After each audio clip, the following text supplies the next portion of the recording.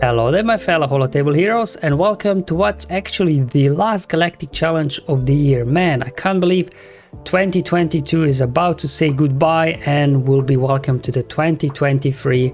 It's been quite a year, both personally and as well in Star Wars Galaxy of Heroes. So let's hope that 2023 will continue that trend with bringing us lots of new goodies.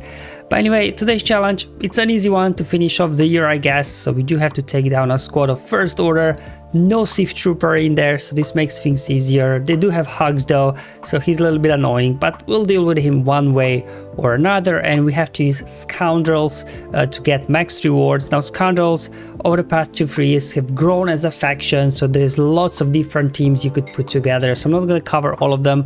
I'll just try to do what I think is maybe the most accessible team out there. So I'll do a Scoundrel team that can get all the feats done in a single battle, and then in case you can't get offense up done, like you couldn't stall long enough to get offense up with Bosk on everybody, then simply I'll do a Jedi team as well that can get you done the offense up. You know the drill. First I'll cover the modifiers and the feats. So if you just want to skip through to the battles, there'll be YouTube chapters below, but otherwise let's just get into it. So the global modifier, Scorching Sun, so there's a Jakku modifier, so all units will be getting overheat, 1 stack of overheat anytime they take a turn, and this reduces their max health by 10% for each stack, and once they reach 10 stacks they get defeated. However, for example, if bounty hunters, if they do have a bounty hunters resolve, they will revive. So this isn't like you know, those kind of defeats where you can't come back and revive, but in that we do get a thermoregulate ability to counter that, and this will remove 2 stacks of overheat, and it's got a cooldown of 3. In terms of the player modifier, yeah, we are getting the weak Scoundrel modifier, not the one that gives you lots of stat boosts. We basically get above this spell. That's all what we have, but luckily Scoundrels are powerful. They don't really need a whole lot. On the enemy side, again, they get a bit of critical damage stacking, but again, nothing too crazy there. Luckily, again, no Sith Trooper on there. So once you take Hux out, things do become a lot easier.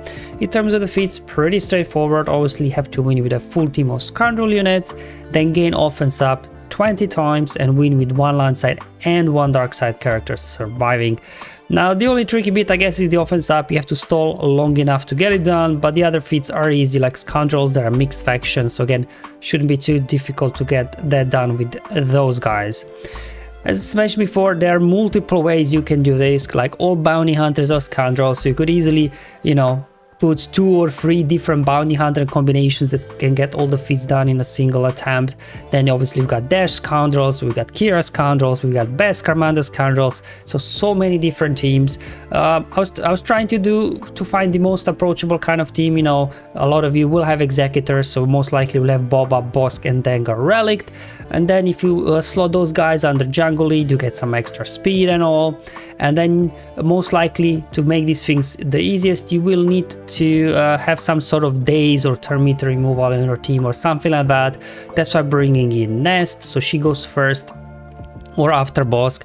Otherwise also Dash is great, he's got a daze, Bo's got an AoE daze as well, maybe Kara for the turn meter removal, so anything that, you know, can push back turn meter, daze the enemies and things like that, so we can a little bit stop them out of the gate.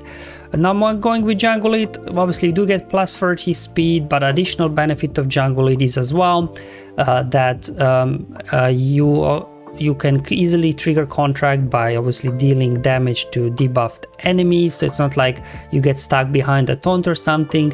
And as well, enemies with burning can't gain bonus turn meter, so you know, if days does expire from Nest, then Jango can reapply burning, again stop them from gaining a bonus turn meter.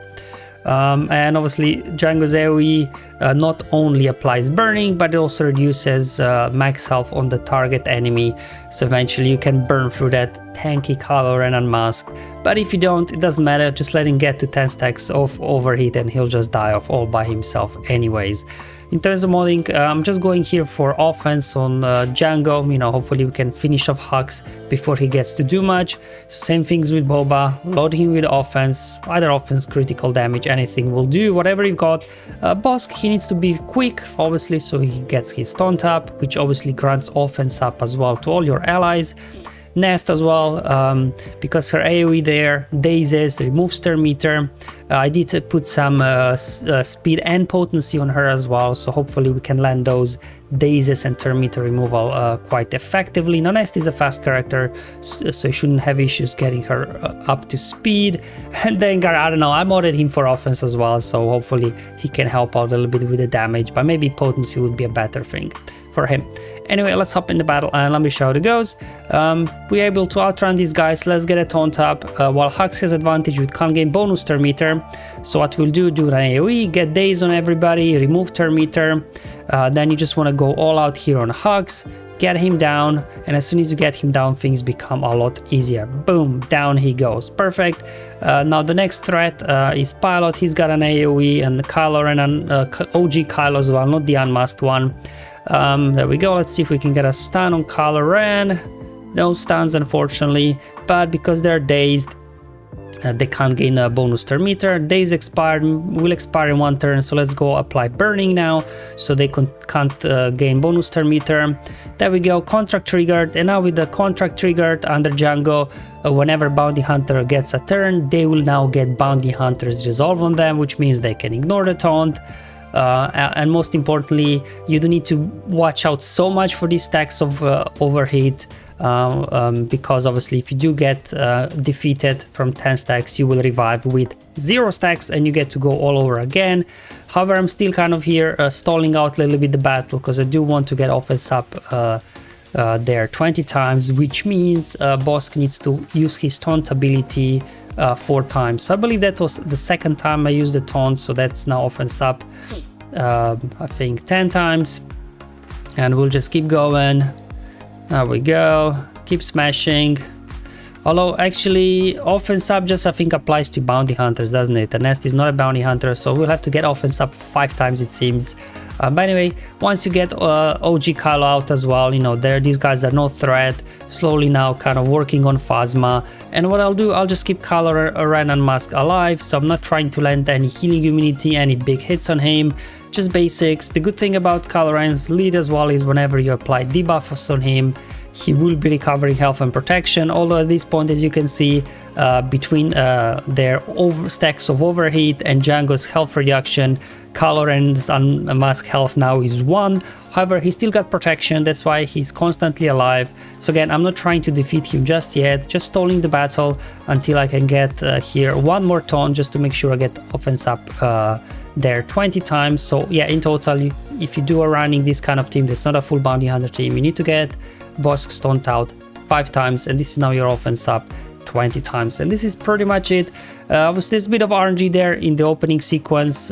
Make sure that Nest removes turn meter, especially from Kylo Ren Unmasked, because he's quite quick, so he doesn't stun your Bosk. And from there on out, it was pretty straightforward battle. But again, many ways you can do this with Scoundrels, many ways you can do with bounty hunters. I was just trying to find out what I think maybe is the most approachable Scoundrel team that majority of you out there should hopefully be able to get done.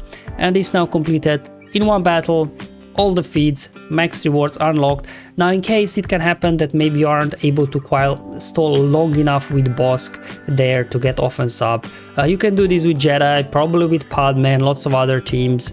I'm just gonna show you here the Jedi team. For example, Shakti on her basic, she will give offense up to all allies that don't have it yet, so that's offense up 5 times already. Yoda can go ahead and spread it and, you know, rinse and repeat really. As always, you want to go after Hux first, because if he's got advantage, you won't be able to gain bonus turn meter. There we go, with Hux out, we don't have to worry about him stopping our bonus turn meter gain. Now we just kind of go around, spread the damage, again stalling out a little bit. However, luckily actually these guys are very durable, so I wasn't really needed to stall here. I was just kind of going after OG Kylo. He's the threat there, trying to maybe a little bit stun Phasma so she doesn't fit turn meter to everybody. Again, basic with Shakti, giving offense up. Yoda spreads it, and that's, you know, offense up feat more or less done already. I'm just gonna keep going now after Kylo Ren. There we go, keep going. As you can see, Kylo Ren, the more you hit him, the more defense he gets. He gets stacking defense until he gets a turn.